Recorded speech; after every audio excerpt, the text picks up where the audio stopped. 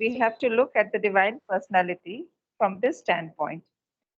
When we speak of personality, we mean by it at first something limited, external, and separative. And our idea of a personal God assumes the same imperfect character. Our personality is to us at first a separate creature, a limited mind, body, character, which we conceive of as the person we are, a fixed quantity. For although in reality it is always changing, yet there is a sufficient element of stability to give a kind of practical justification to this notion of fixedness. We conceive of God as such a person, only without body, a separate person different from all others, with a mind and character limited by certain qualities. At first, in our primitive conceptions, this deity is a thing of much inconstancy, freak, and caprice, an enlarged edition of our human character. But afterwards, we conceive of the divine nature of personality as a quite fixed quantity, and we attribute to it those qualities alone which we regard as divine and ideal, while all the others are eliminated. This limitation compels us to account for all the rest by attributing them to a devil, or by lending to man an original creative capacity for all that we consider evil, or else, when we perceive that this will not quite do, by erecting a power which we call nature and attributing to that all the lower quality and mass of action for which we do not wish to make the divine responsible. At a higher pitch, the attribution of mind and character to God becomes less sorry, anthropomorphic, and we regard him as an infinite spirit, but still a separate person, a spirit with certain fixed divine qualities as his attributes.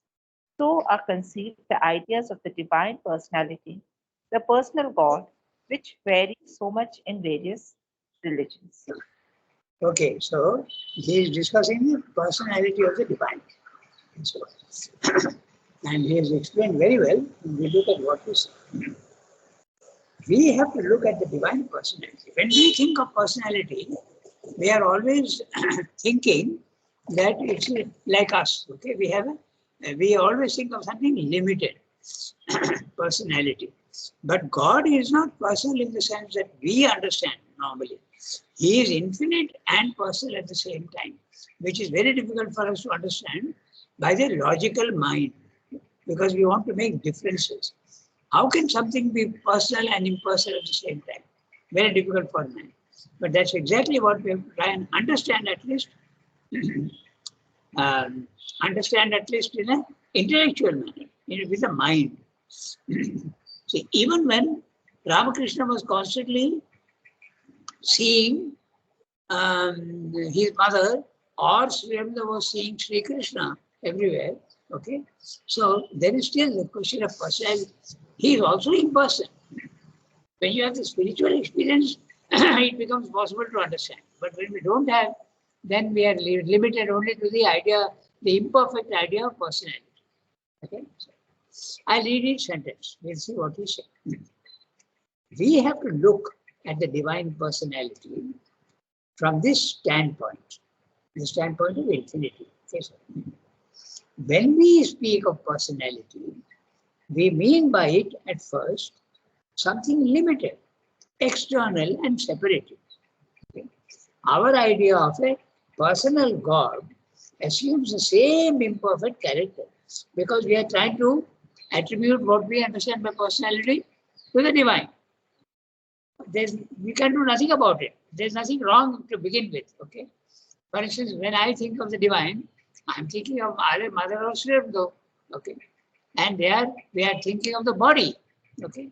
And the smile and but if we are not even seeing our mind and our vital, we are not even seeing that. So it gets limited only to the body. Okay. So when we speak of personality, we mean by it at first something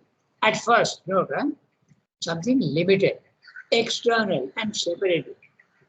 And our idea of a personal God assumes the same imperfect character. Our personality is to us at first a separate creature, a limited mind, body, character, which we conceive of as the person we are, a fixed quantity. Fixed quantity, that's right. Very clear what he's saying. We are limited to body, a limited mind, and a separate creature, someone who is other than us. For although in reality it is always changing, yet there is a sufficient element of stability to give a kind of practical justification to this notion of fixedness. Okay. So very interesting what he's saying. We think of personality as something static, okay, not changing, but that's not true. Every second we are changing. The change is so slow that we attribute static condition to everybody. Okay. But when you were born, you are only a 7-pound baby, and now you are maybe 50 kilos or whatever. So there is change, but the change is so slow that you don't perceive it. So the idea of the stability of the personality is always there in us. But if we can see that that stability is not really that, there is a constant change, some sort of sense of infinity can come in. Okay? But that's very difficult for the human mind. So, although in reality it is always changing, the personality, yet there is sufficient element of stability to give a kind of practical justification to this notion of fixedness. Okay?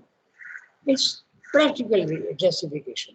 They are justified in practical terms. We conceive of God as such a person, only without body, that's right. A separate person, different from all others, with a mind and character, limited by certain qualities. At first, in our primitive conceptions, his deity is a thing of much inconstancy. This is in our, even in our mythological stories, okay?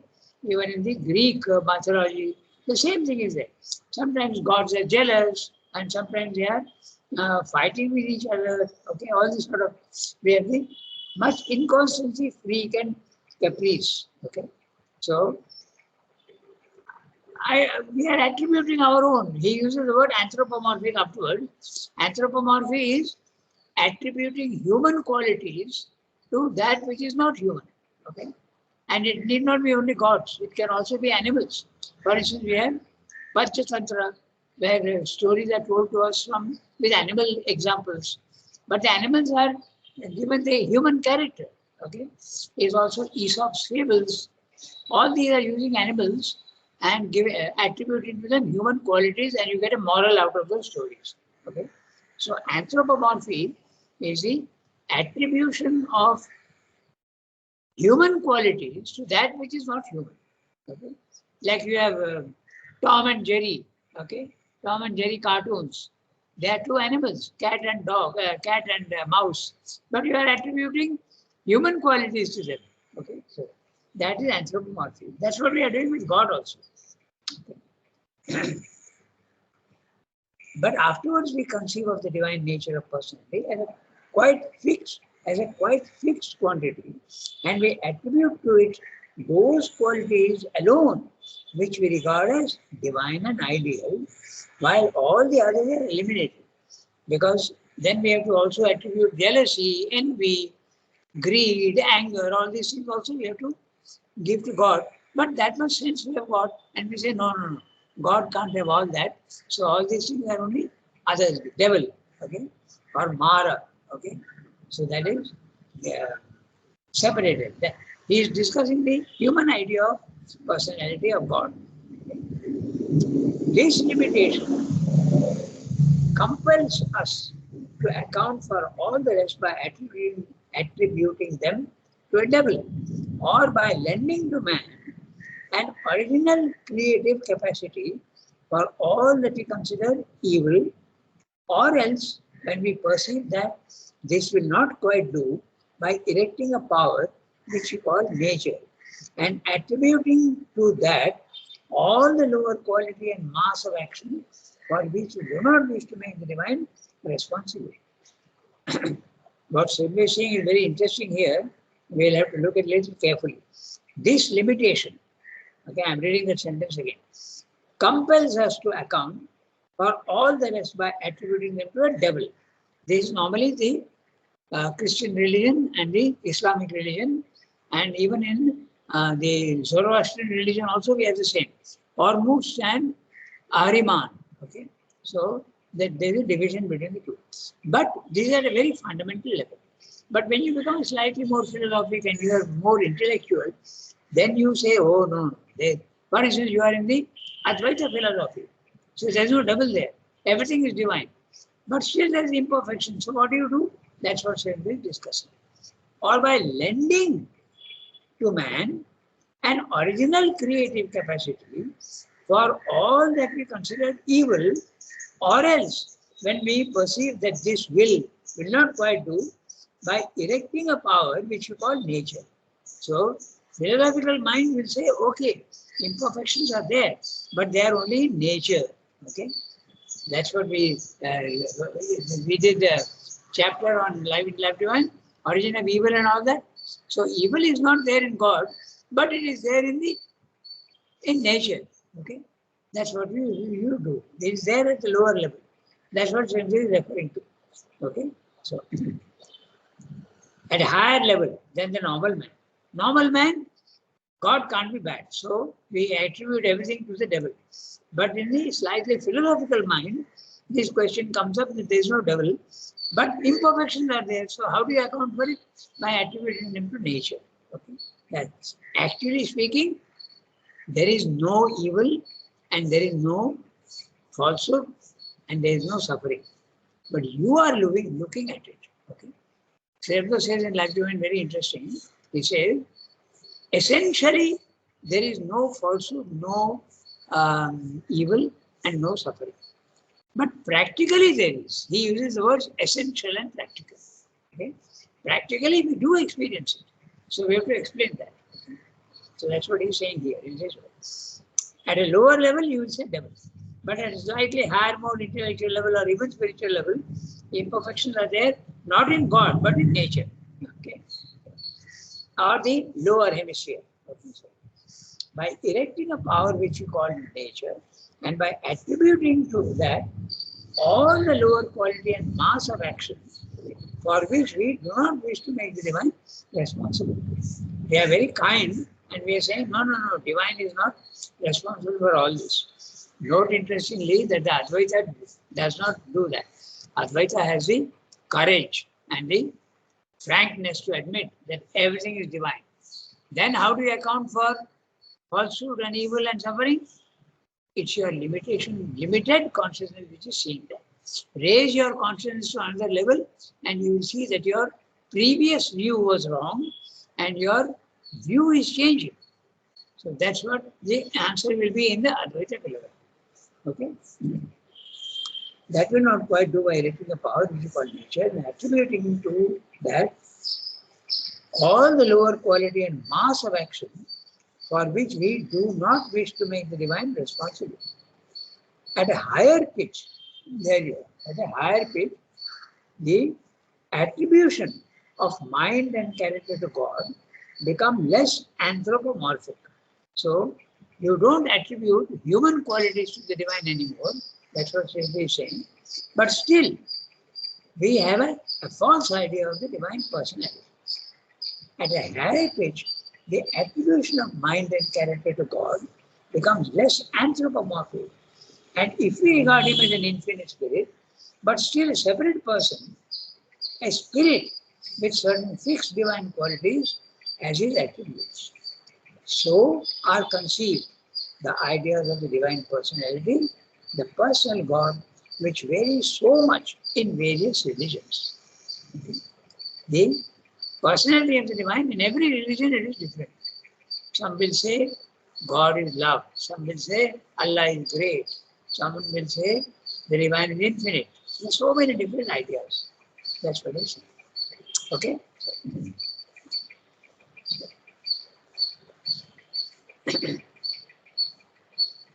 I think we can go to the next para. So now, would you like? Yeah. Yasmin, read. All this may seem at first.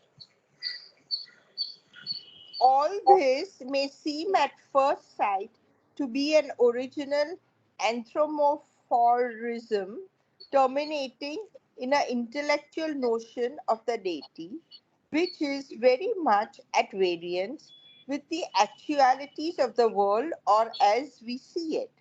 It is not surprising that the philosophical and skeptical mind should have found little difficulty in destroying it all intellectually, whether in the direction of the denial of a personal God and the assertion of an impersonal force or becoming, or in that of an impersonal being or an ineffable denial of existence, with all the rest as only symbols of Maya or phenomenal truths of the time consciousness. But these are only the personifications of monotheism, polytheistic religions, less exalted perhaps, but wider and more sensitive in their response to cosmic life, have said that all in the cosmos has a divine origin. Therefore, they conceive of the existence of many divine personalities with a vague sense of an indefinable divine behind, whose relations with the personal gods were not very clearly conceived. And in their more exoteric forms, these gods were crudely anthropomorphic, but where the inner sense of spiritual things became clearer. The various godheads assumed the appearance of personalities of one divine, that is, the declared point of view of the ancient Veda. This divine might be a supreme being who manifests himself in various divine personalities or an impersonal existence, which means the human mind in these forms or both views might be held simultaneously without any intellectual attempt to reconcile them, since both were felt to be true or true spiritual experience. Yeah. Okay. So quite a big para. So we can do one thing. I will read out the summary first, and then we will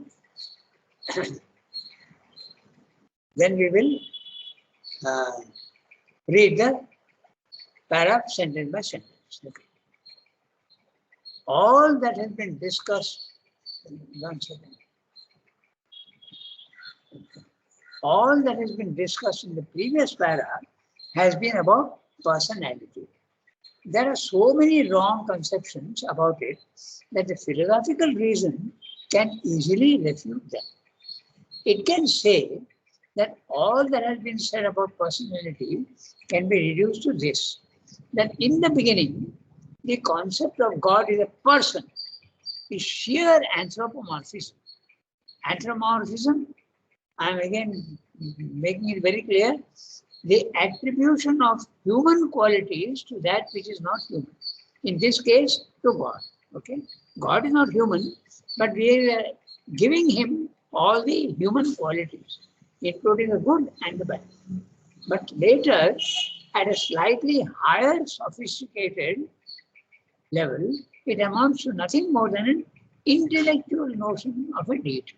Okay, so then the philosophical refutation of personality can be argued in several ways. A denial of a personal God who is neither capable of curing pain and suffering nor abolish evil. Okay? There is no God, only an impersonal force. This is the explanation of materialism. There is no God. Okay, that's one. If you are a philosophical mind. Second possibility, there is only an impersonal, ineffable entity, Brahman, and there is a world of illusions. That's the second theory. Okay. Then the third theory, there is only an impersonal Brahman and a world of symbol figures created by Maya. So this is another explanation when you are at a slightly more intellectual level. Then the fourth explanation, there is only an impersonal Brahman and a world of transient forms, therefore ultimately unreal. This is the Advaita philosophy. All the discussion up to this point is based on monotheism, the concept of a single supreme being. But there are polytheistic religions at a slightly lower level, but which more sensitively human beings conceive of as a cosmos having a divine origin. This view was of many gods, but all connected somehow vaguely to a ultimate divine being, not in a very clear way. But these gods were in their exterior nature quite like men, anthropomorphic. But in their esoteric aspects, these esoteric and exoteric means external, esoteric means essential and internal. Okay, so these gods were representatives of divine qualities. This was the Vedic view. Then there's the next one, that there is a supreme being. This is the Vedic view. The supreme being who works through many divine personalities. Ekameva sat bauda vipra bauda vadanti. The truth is one, but the human beings, the vipra, those who are Brahmins and those who are knowledgeable, they speak of them as many. That's what he said. Okay? That's the first view. Then, second, or that the divine impersonal existence interacts with humans through these gods. That also is a Vedic conception. Okay? A divine impersonal existence interacts with humans through these gods. So you can attribute the personality to these gods who are at a lower level. Both the last views correspond to actual spiritual experience and therefore could be held separately or simultaneously without any attempted reconciliation, because it was considered unnecessary. Okay? That's the summary of what we were yesterday. I have completely separated all the Srimad combines all his answers into one para. So we have to very clearly separate all these things. Okay? So, anyway, so now it is clear. And now we will go through each sentence to see what he said. Okay? So, I go back to each sentence. All this may seem at first sight. What's the time? They got time. They got about 15 minutes or so. More than that. All this may seem at first sight to be an original anthropomorphism terminating in an intellectual notion of the deity, which is very much at variance with the actuality of the world as we see it. So, because if there is a personal God, okay, but we see the opposite in the physical world. It is not tallying with the actuality of the physical world. In the physical world, we see evil, we see suffering, and we see falsehood. Okay?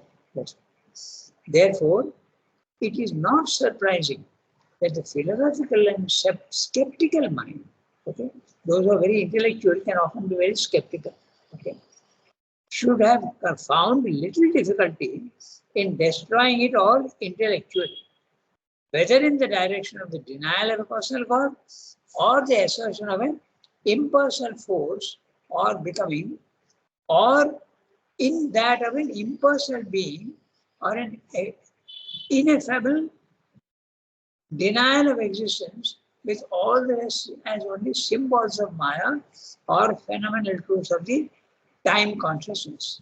So we're saying if you are a slightly higher level of understanding with a more developed mind, there are other possibilities. So what are the possibilities? That will be read in the summary, but now I'll separate it here also. Okay. It is not surprising that the philosophical skeptical mind should have found little difficulty, no difficulty at all, in destroying it all intellectually. Now, whether in the direction of a denial of a personal God, so that's the first thing. Okay? A more developed person will say, or even spiritual experience, there is no personal God. Buddhism, okay, then the two others also, Sadguru and also Krishnamurti, they don't believe in a personal God. They have not had the experience also. And the assertion of an impersonal force or becoming, or in that of an impersonal being or an ineffable denial of existence, with all the rest is only symbols of Maya. All this is giving you different views. Okay, when he's saying or, it's another view. Okay, so the first is there is no God. Okay, denial of a personal God. That's the first thing. Then, and the assertion of an impersonal force or becoming. Impersonal force is there in the physical world, but that's not God. There is a becoming.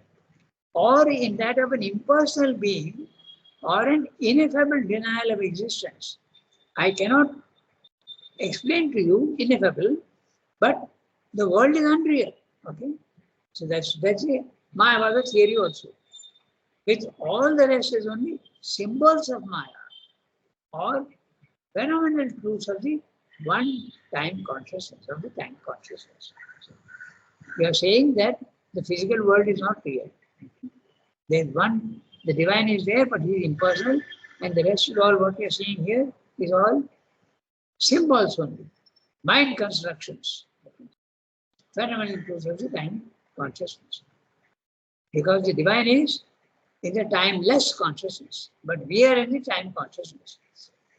But these are only the personifications of monotheism. Now we bring on the other idea. Polytheistic religions. Monotheism is there is only one ultimate divine element. Okay? It may be divine, it may not be divine. Materialism also is monotheism. Okay? The only truth in science is that matter is the only reality. Then they are polytheistic religions. There are many gods, not one.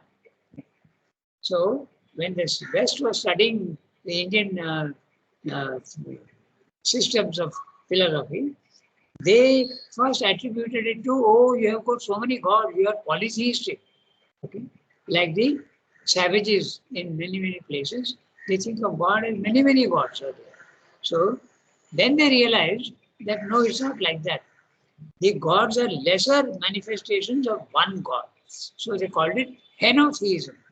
So you have monotheism, then you have polytheism, and you have henotheism. The Indian idea is a henotheism. There is one God, but he manifests himself in many personal gods. Vishnu, Shiva, Brahma, Indra, okay, Varuna, all these. Polytheistic religions, less exalted perhaps, but wider and more sensitive in their response to cosmic life. You know? In the other philosophical thoughts, you are denying cosmic life. But if cosmic life you can't escape, then you have the Vedic idea of the many gods. Truth is one, but there are many gods. As I said, Ekameva Sat. Sat, Ekameva. Ekam. Vipra Bahuda Vadanti. The wise men speak of it as many. There's only one. All in the cosmos has a divine origin. Therefore, they conceive of the existence of many divine personalities with a vague sense of an indefinable divine behind. Not very clear, but vague sense. And you can't define. Vague because indefinable. Okay? We are denying personality to him, no? That's why. Whose relations with the person gods were not very clearly conceived. And in their more exoteric forms, exoteric external, okay, more superficial, exoteric forms, these gods were crudely anthropomorphic. As I said, in the Indian mythology as well as the Greek mythology, okay, they were very clearly anthropomorphic. We speak of Indra being jealous of other gods, and we speak of all sorts of things like that. No? So Indra comes down and even has relations with other human beings. So these sort of things are all there. Therefore, they conceived of and in their more exoteric forms, these gods are crudely anthropomorphic. But where the inner sense of spiritual things became clearer, the various godheads assumed the appearance of personality of the one divine. So there you are. He is talking of 3 levels. The first level, you say there is no personal God. No, there is. You say that God is one, okay, but he has no bad qualities in him. Then you come to the philosophical aspect, and then you say that there is no personal God. Then you come to when you think that the physical world has got so many non-divine qualities, then you start thinking a little more, and then the Shri is now giving you the Vedic point of view. There is one truth, but there are many, many gods representing each one an aspect of the divine. The various godheads assume the appearance of personalities of one divine. That is the declared point of view of the ancient Vedanta. No, sorry, Veda. Okay. The Rig Veda. We have all the gods. Okay. Devas. This divine might be a supreme being who manifests himself in various divine personalities, or an impersonal existence which meets the human mind in these forms. So you can think of it in 2 different ways. Or both views might be held simultaneously without any intellectual attempt to reconcile them. So many different possibilities are there. The only possibility is spiritual experience at the highest level. Even at the second level, your conceptions are not very clear about the divine. As I said, there is no personal God. In the spiritual planes of consciousness, there is no personal God. Not for everybody, but for some. Okay. So that's what he said. Very complicated question. That's why he's spending so much time on the question of the divine personality. Very difficult for man to understand. What's the time? 36. We got only 4 minutes. So I think we won't start the next one because it's fairly big. Okay, so. Can I ask a question? Yeah, you can always ask without asking. You know, I believe Sadhguru believes in Shiva, no? Because he has festivals for Mahashivratri and things like that. Yes. So then he must be believing in a personal God like Shiva. Yes, we do. That's the thing. But the whole difficulty is if you are slightly more intellectually inclined, then these things are you start denying. Because a very simple fact, how can the divine have a fixed personality? Okay? We even think of Shiva as getting angry sometimes. He will,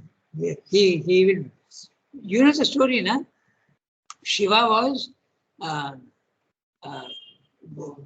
God of love, came and went into him, and he had a desire for relationships with his female aspect. Okay?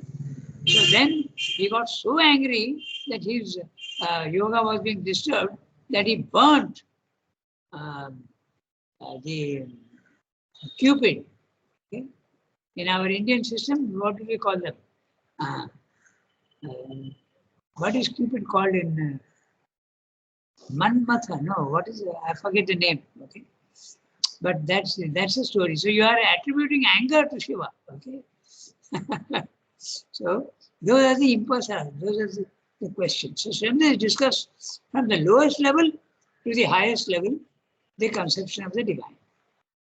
First, you think of him as having a personal relation. That's why we go to the temples, we go to Shiva, we go to Vishnu, we go to... there are even stories about why there are no temples in the name of Brahma. There are temples in India only for Shiva and Vishnu. There is a whole story which is built. So these mythological stories they are not very convincing to the intellectually and very intelligent people. Okay? They deny them. That's what Sanders discussed here. So many different possibilities are discussed.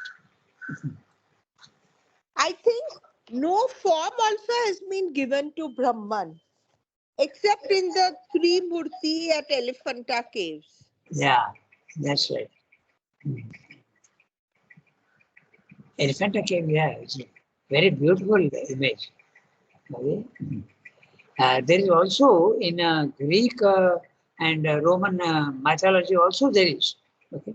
Janus, he faces, when he faces inwards, he is divine. When he faces outwards, comes into the physical world.